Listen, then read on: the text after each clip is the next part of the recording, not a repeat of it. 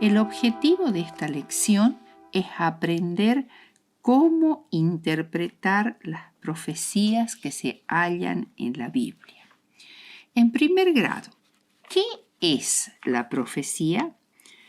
Profecía viene del latín profetia y esta del griego profeteia, que se define como don sobrenatural que consiste en conocer por inspiración divina las cosas distantes y futuras.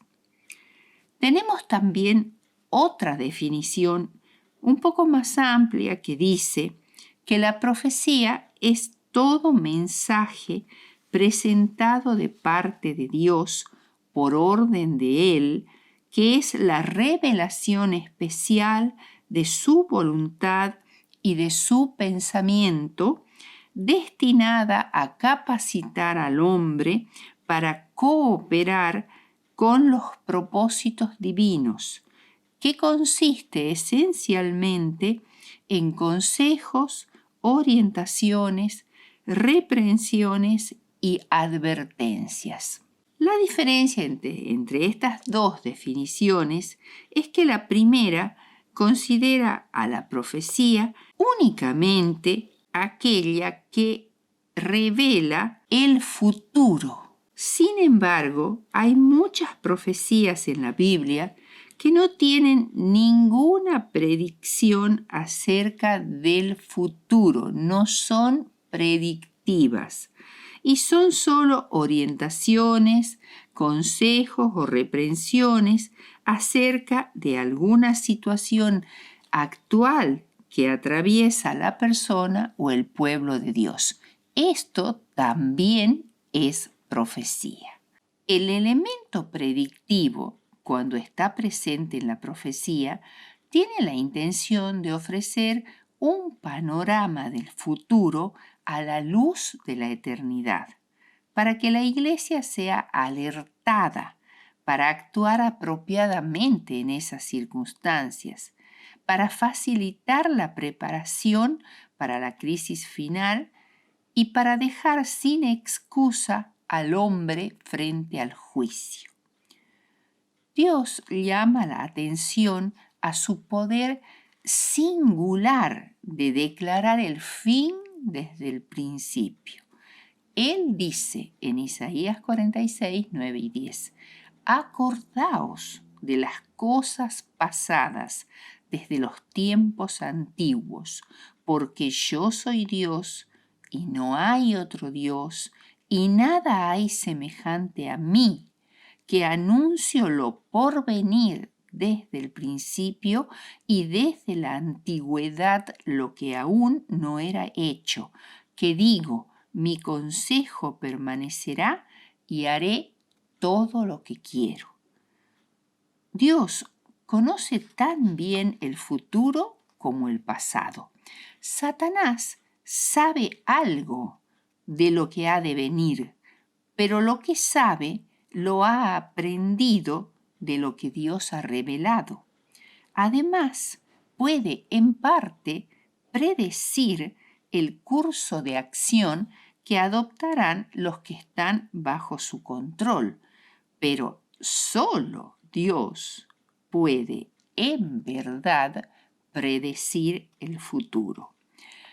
Además, las profecías cumplidas sirven para confirmar la fe en la inspirada palabra de Dios, y eso ya lo dijo Jesús en Juan 14, 29.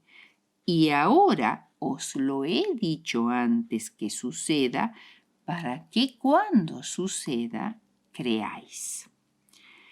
Es muy importante diferenciar profecía de adivinación. La adivinación es el conocimiento de las cosas futuras u ocultas por medio de agüeros o sortilegios. Fueron y son antiquísimos e incontables los esfuerzos humanos para predecir el futuro, y diversos los medios empleados para intentarlo. En todos los casos, la adivinación es una actividad de tipo esotérica, dirigida generalmente por los espíritus malignos, y muchas veces se ha demostrado la existencia de fraudes y supercherías. La profecía nada tiene que ver con la adivinación. Es más, Dios le prohíbe a su pueblo el uso de cualquier tipo de adivinación, porque en realidad no necesitamos la adivinación, tenemos la profecía. Clasificación de las profecías. Se pueden distinguir dos tipos de profecías en la Biblia. Primero, la llamada profecía clásica y segundo, la profecía apocalíptica. ¿Qué es la profecía clásica? La profecía clásica se caracteriza por ser pronunciada en voz alta, en la mayoría de los casos, por los profetas, dirigidas al reino de Israel en el norte o al de Judá en el sur. Sus mensajes con frecuencia fueron un clamor a favor de la justicia social, económica y política para las clases oprimidas. Eran un llamado a la obediencia a la ley del pacto y a arrepentirse de verdad. Profetas tales como Amós, Isaías, Sofonías, Jeremías y muchos otros son en general profetas clásicos. En general, las profecías clásicas tienen una aplicación local, referida a una situación histórica inmediata y que solo se relacionaban con ella o con los acontecimientos que estaban a punto de ocurrir. Como ejemplo, citaremos la profecía de los yugos de madera y de hierro de Jeremías 28, la predicción del mismo profeta de la muerte del falso profeta Ananías, Jeremías 28, 15 al 17, la predicción de Nahum acerca de la caída de Nínive, Nahum 3, 1 al 7. Por otro lado, dentro de la profecía clásica se presentan las llamadas profecías de doble aplicación o duales, es decir, que se aplican en primer lugar a una situación local e histórica en el momento de ser dadas, y en segundo lugar se aplican al Mesías y a su reino. Daremos algunos ejemplos. La promesa hecha a Abraham de que tendría descendencia. Génesis 12:7. Y apareció Jehová a Abraham y le dijo: a tu descendencia daré a esta tierra.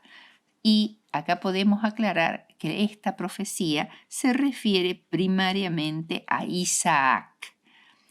Pero Gálatas 3:16 hace la aplicación futura al Mesías. Ahora bien, a Abraham fueron hechas las promesas y a su simiente. No dice y a las simientes, como si hablase de muchos, sino como de uno, y a tu simiente, la cual es Cristo. O sea, se refiere a Cristo. Otro ejemplo es 2 de Samuel 7, 12 y 13.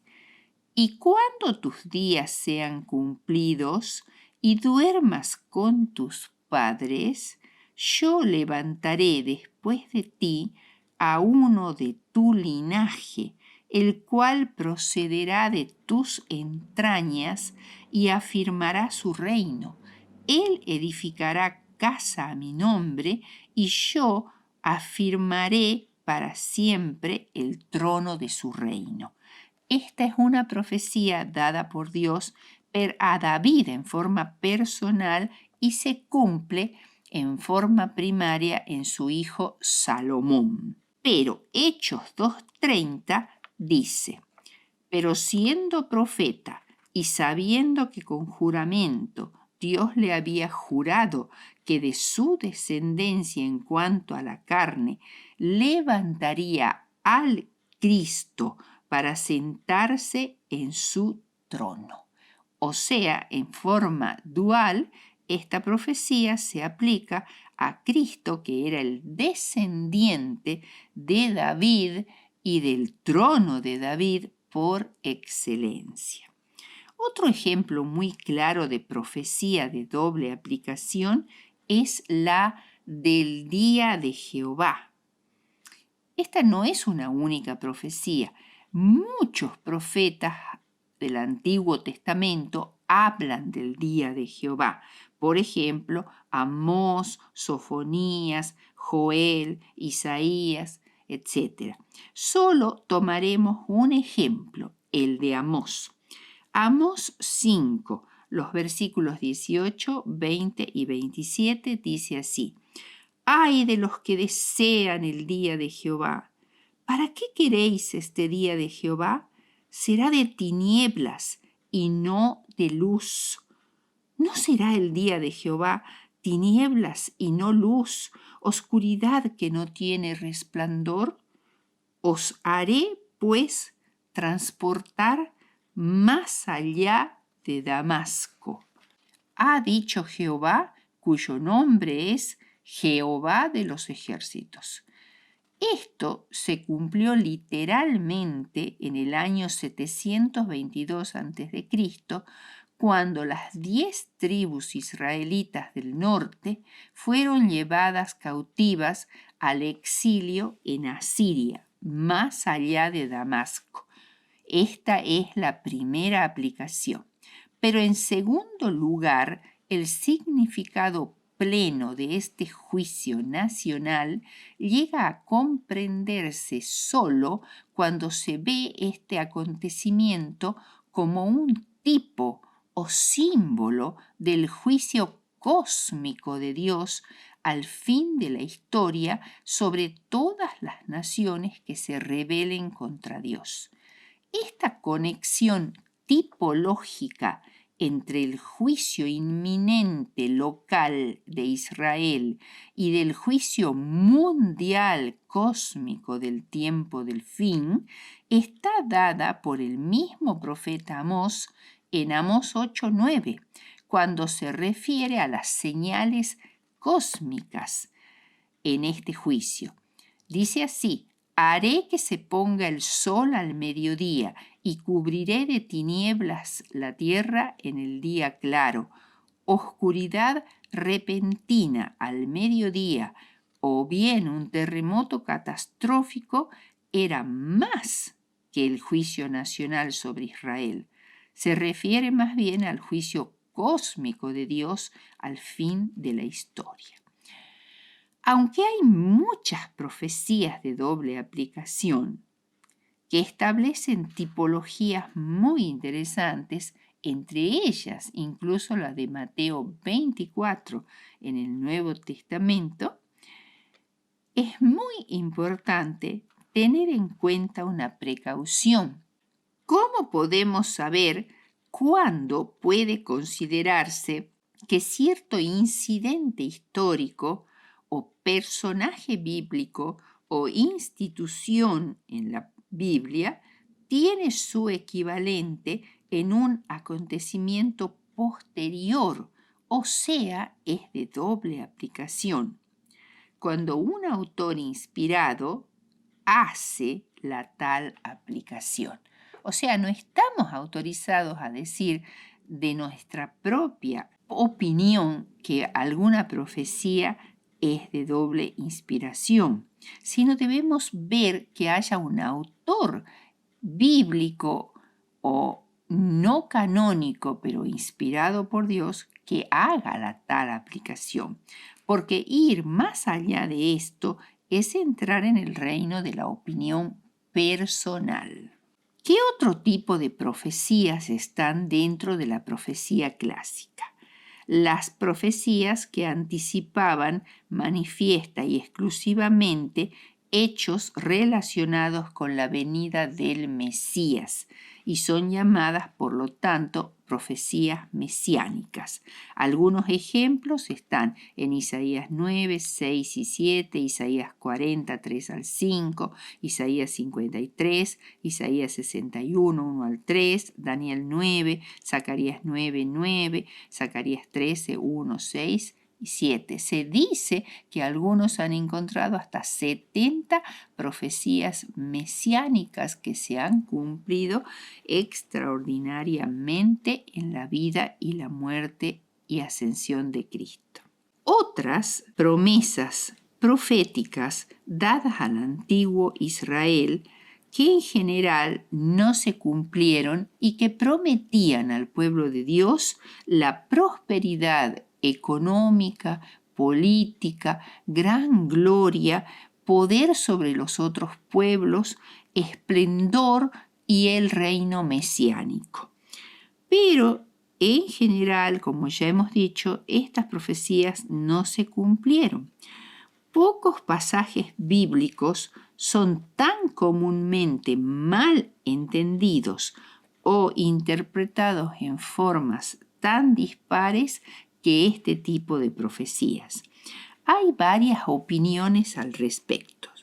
Primero, la escuela modernista, que niega totalmente la posibilidad de que en la Biblia haya profecías que se proyecten al futuro, sino piensan que las predicciones se escribieron después que se cumplió el evento predicho.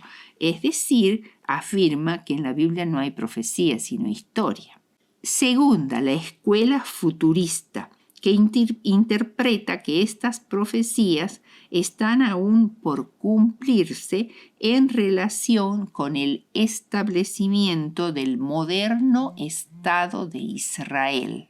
Tercero, la escuela o movimiento anglo-israelita, que enseña que los pueblos anglosajones son los descendientes de los así llamados tribus perdidas de Israel o reino del norte, y que estas profecías que no se cumplieron en el antiguo Israel se cumplirán en buena medida en los descendientes actuales de los anglosajones. Sería fundamentalmente Norteamérica e Inglaterra. Cuarto, los adventistas del séptimo día creen que estas promesas se aplicaron originalmente al pueblo de Israel literal y que éste habría visto su cumplimiento pleno si hubiera obedecido a Dios y sido leal. O sea, acá tenemos un concepto muy importante. Estas eran profecías condicionales, condicionadas a la obediencia y a la lealtad del pueblo de Dios. Pero este no fue el caso. El pueblo de Dios en muchísimas oportunidades no fue ni leal ni obediente. En muchas circunstancias se encontraba en apostasía abierta.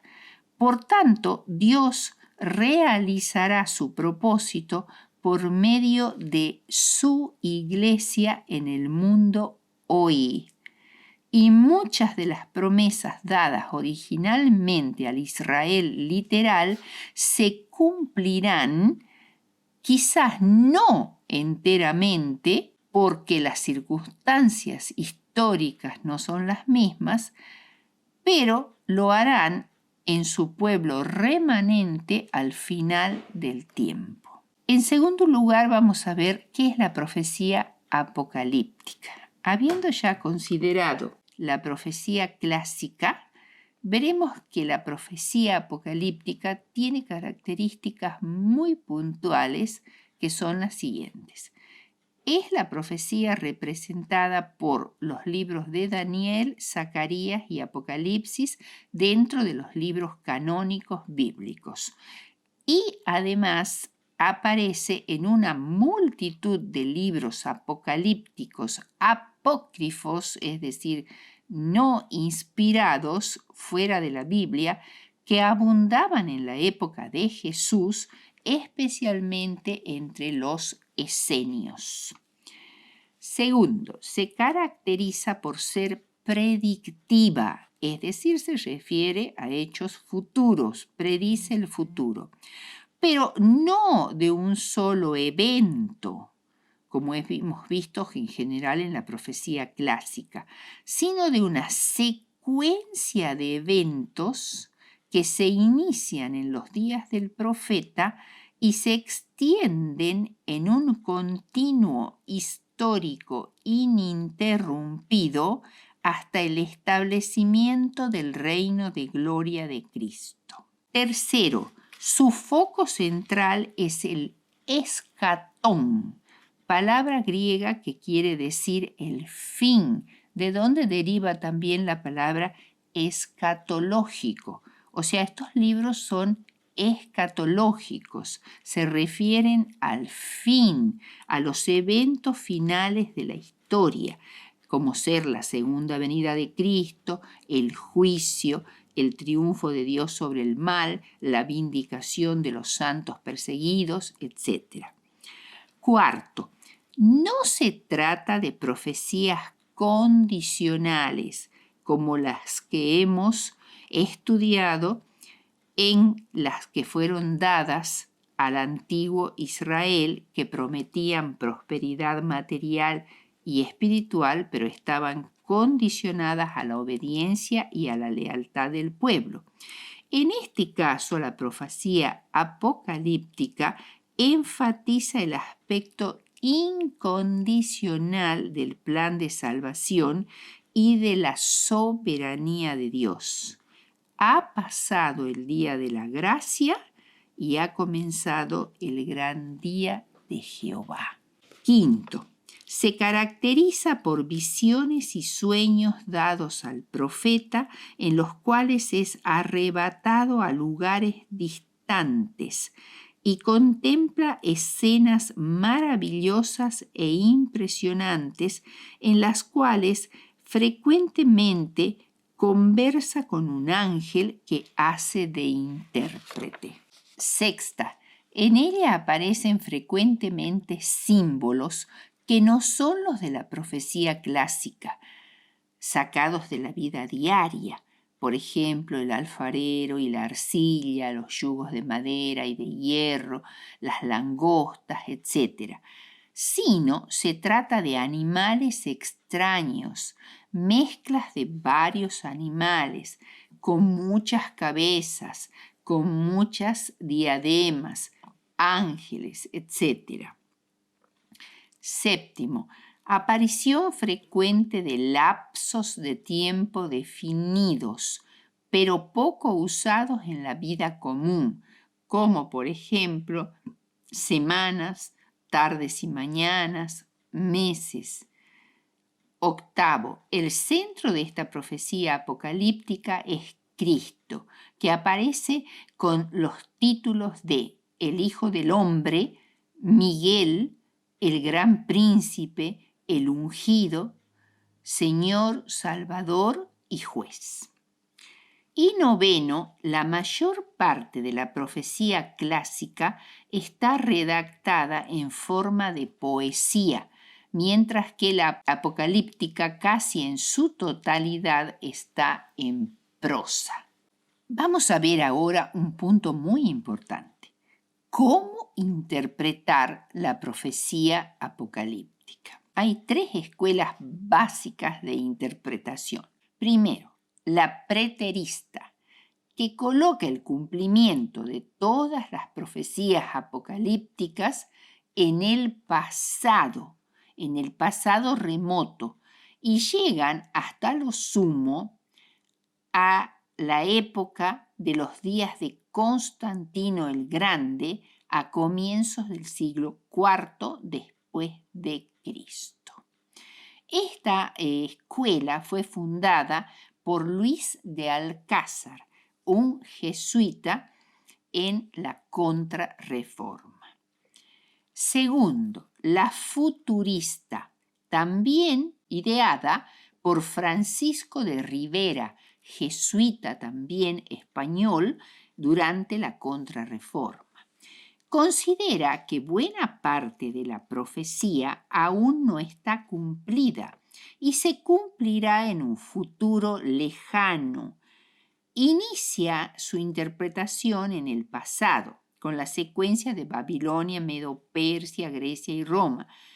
Luego saltea por completo la era cristiana y ubica el cumplimiento de las profecías en los últimos 7 años de la historia del mundo. Dentro de esta escuela está también el movimiento llamado dispensacionalismo, mucho más moderno, que entiende este periodo de 7 años como iniciándose con el así llamado rapto secreto, por el cual los santos serán arrebatados al cielo antes de que aparezca la persecución y que termina con la gloriosa aparición visible de Cristo. Y finalmente, el historicismo, que interpreta la profecía como un continuo histórico que se inicia en los días del profeta y se extiende hasta el presente, prosiguiendo hasta el futuro a los eventos finales de esta tierra. Fue así como interpretaron los escritos de Daniel los estudiosos judíos y protestantes. Pero la Contrarreforma, para desviar el dedo acusador de la interpretación historicista, alentó otras escuelas de interpretación. Francisco de Rivera, jesuita español del siglo XVI ya mencionado, sostenía que el anticristo no era el papado, sino un individuo aún desconocido que sería un gobernante impío de Jerusalén que ejecutaría sus designios al fin de los siglos, y con esa teoría puso las bases del futurismo, que es la interpretación más difundida y aceptada en el catolicismo, y su hija, el dispensacionalismo, la interpretación más popular entre los protestantes hoy. Hay además tentativas de mezclar el preterismo con el futurismo o bien reinterpretar el historicismo de un modo futurista, y esto se da exclusivamente dentro de la Iglesia Adventista, ya que es prácticamente la única que hoy en día utiliza la escuela historicista de interpretación. Veamos ahora lo que se llama el principio día por año. El principio de interpretación bíblica día por año es la piedra angular para la comprensión de las profecías cronológicas de Daniel y Apocalipsis, es decir, para las que incluyen períodos de tiempo. Este principio ha sido aplicado por los padres de la Iglesia cristiana desde fines del siglo II después de Cristo. Entre los siglos IX al XVI, al menos 14 autores judíos aplicaron este principio para interpretar la profecía de las 2300 tardes y mañanas. Lo propio hicieron autores católicos durante la Edad Media y protestantes a partir de la Reforma del siglo XVI. Se basa en 2 profecías clásicas del Antiguo Testamento. Números 14:34. Conforme al número de los días, de los 40 días en que reconocisteis la tierra, llevaréis vuestras iniquidades 40 años, un año por cada día. Y Ezequiel 4:6. Cumplidos estos, te acostarás sobre tu lado derecho segunda vez y llevarás la maldad de la casa de Judá 40 días. Día por año te lo he dado. Estas profecías representan respectivamente los 40 días de reconocimiento de Canaán por los espías en los días del Éxodo, correspondientes a los 40 años de peregrinaje de Israel en el desierto, dados como sentencia por Dios por la falta de obediencia del pueblo y el descreimiento a sus promesas, y los 390 días de Ezequiel, sitiando simbólicamente a Israel, el reino del norte, que representan los 390 años de su existencia nacional de impiedad y rebeldía contra Dios, y los 40 días sitiando a Judá, que representan los 40 años de impiedad del reino de Judá desde el 8º año de Josías hasta la caída de Jerusalén. Por tanto, el período de 3 años y medio de Daniel 7:25 equivalen a 1260 días simbólicos o proféticos, es decir, a 1260 años literales, solares, completos, marcados por las estaciones controladas por el Sol. Este principio ha probado ser totalmente coherente y satisfactorio en las profecías apocalípticas. Otro punto importante es la interpretación de los símbolos apocalípticos. En primer lugar, se debe permitir que el mismo espíritu que dio la visión identifique sus símbolos. Es lo que sucede, por ejemplo, en Daniel 8, 20 y 21, donde el ángel intérprete identifica al carnero de 2 cuernos con Medo-Persia y al macho cabrío con Grecia y el cuerno entre sus ojos como su rey primero, Alejandro Magno. Segundo, si no hay una interpretación como esta en el mismo capítulo, buscar interpretaciones en otras partes del mismo libro. Por ejemplo, el gran dragón escarlata de 7 cabezas coronadas y 10 cuernos de Apocalipsis 12:3 es identificado en el mismo libro y en el mismo capítulo, o sea, en Apocalipsis 12, versículo 9, como la serpiente antigua que se llama Diablo y Satanás. Tercero, estudiar el uso del símbolo en otras partes de las Escrituras. Por ejemplo, Apocalipsis 19, 11 al 15 describe a Jesús en su segundo advenimiento cabalgando sobre un caballo blanco vestido de vestiduras manchadas de sangre con una espada en su boca. Sus ojos, como llamas de fuego o antorchas ardientes, aparecen ya en Daniel 10:6, y sus ropas blancas manchadas de sangre aparecen también en Isaías 63, 3 y 4 bajo el subtítulo del Día de la Venganza de Jehová, representando la muerte de los impíos, el haber pisado el lagar. Y la espada aguda que sale de su boca representa lo mismo que la vara de hierro, la ejecución del castigo sobre los impíos. Otro punto para interpretar los símbolos apocalípticos es muy importante, es tener en cuenta que en profecía simbólica el profeta ve la representación de la realidad, no la realidad misma. Por ejemplo, Jesús aparece en la visión del trono como un cordero inmolado con 7 cuernos y 7 ojos. Nadie osaría pensar ni por un momento que representa la verdadera imagen de Jesús, sino está representando la muerte vicaria de Cristo como la de un cordero inocente sacrificado y sangrante por la humanidad. Los 7 ojos representan su omnisciencia y sus 7 cuernos su omnipotencia.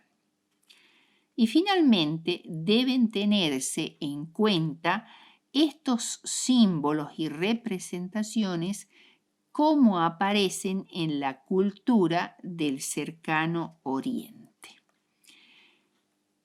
Quinto punto en cuanto a las profecías apocalípticas. Identificación del cuerno pequeño de Daniel 7 y 8. El cuerno pequeño es un símbolo que aparece en los capítulos 7 y 8 de Daniel y no es nada imposible identificarlo como qué personaje o qué institución está representada por este símbolo, porque el mismo libro de Daniel presenta 8 características o marcas distintivas del cuerno pequeño que nos permiten identificarla. Veamos cuáles son estas marcas identificatorias. La primera marca es que el cuerno pequeño surge de la cuarta bestia, es decir, de Roma imperial. Es, por lo tanto, romano en su carácter. La segunda marca surge después de los 10 cuernos, es decir, después de la caída del Imperio Romano de Occidente en el año 476 después de Cristo y después del surgimiento de las 10 naciones romano-germánicas que serían las naciones europeas en el futuro, o sea, 100 años después del 476, aproximadamente en el 576 después de Cristo. Entonces ya tenemos su carácter romano y tenemos la época del surgimiento del cuerno pequeño, aproximadamente alrededor del siglo VI después de Cristo. Tercera marca, tiene ojos de hombre y boca que habla grandezas. Es un poder diferente de los 10 cuernos, o sea, de las potencias políticas o naciones europeas que surgen del Imperio Romano. Los ojos denotan astucia e inteligencia. Se trata, por tanto, de un poder político religioso que se gestó gradualmente en el seno de una iglesia cristiana que sufrió el impacto del paganismo y finalmente apostató. La boca que habla grandezas se refiere a sus blasfemias, su intenso anhelo de endiosamiento y adoración reflejado en sus títulos. Cuarta marca, pequeño primero, luego crece más que todos los otros cuernos.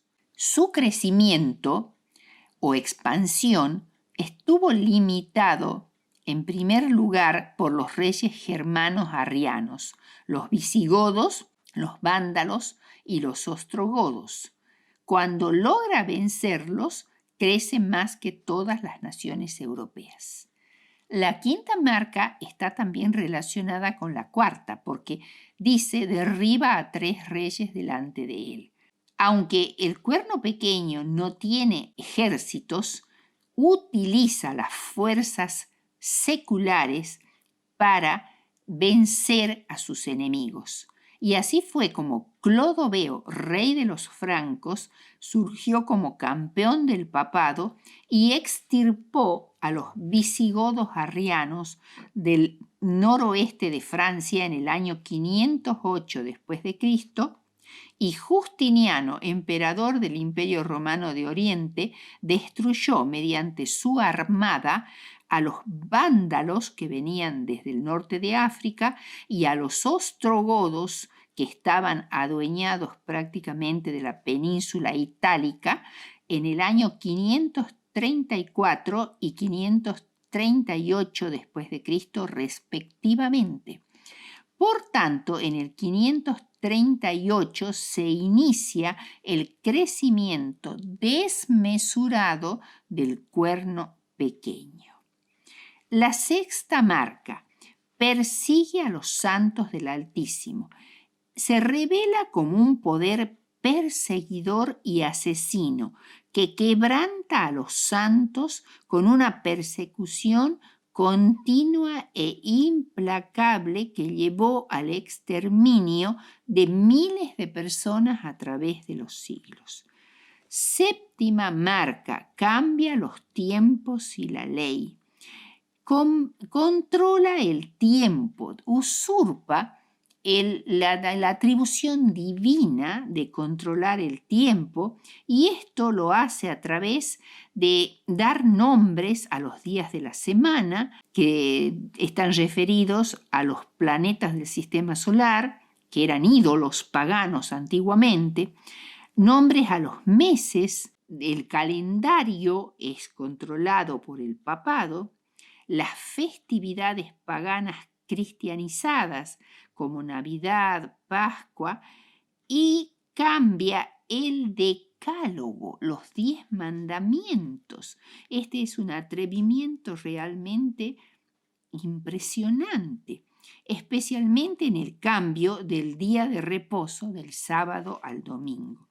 Y la octava marca: se le concede un periodo de tiempo, es decir, Dios está dándole a esta potencia político-religiosa que surge del Imperio Romano en el año 538, después de derribar 3 reinos germánicos arrianos, y que crece desmesuradamente y persigue implacablemente al pueblo de Dios y hace su voluntad oponiéndose a Dios y colocándose en el lugar de Dios para recibir adoración, tendrá un tiempo de supremacía en el cual Dios le permitirá desarrollar todas estas actividades. Y son los 3,5 tiempos ya referidos, que son 3 años y medio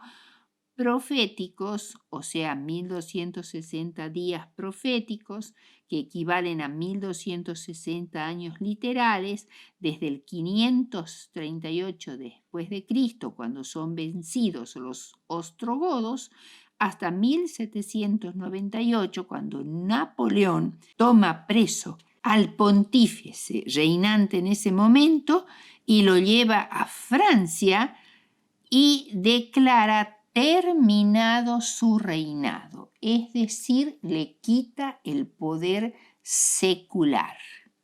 Como último punto, el juicio investigador. Este importantísimo evento, ocurrido después del período de 2300 días o 2300 años, que se inician en el año 457 a.C.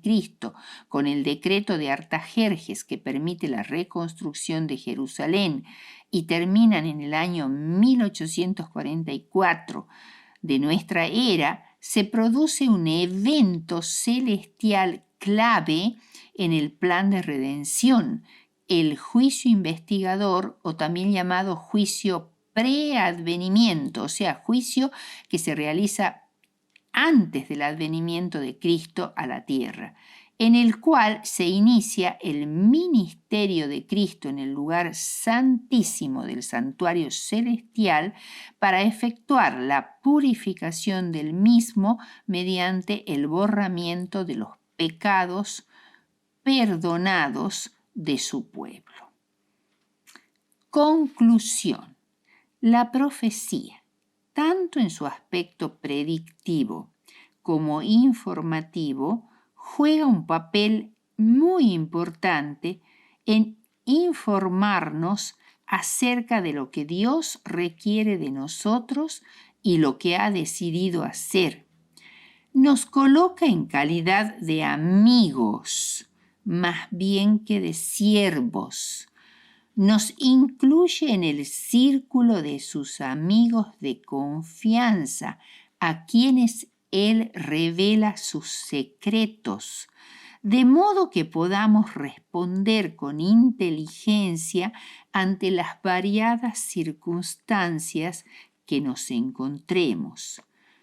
Una cita de Elena G. de White dice así: un estudio cuidadoso de cómo se cumple el propósito de Dios en la historia de las naciones y en la revelación de las cosas venideras nos ayudará a estimar en su verdadero valor las cosas que se ven y las que no se ven, y a comprender cuál es el verdadero objetivo de la vida.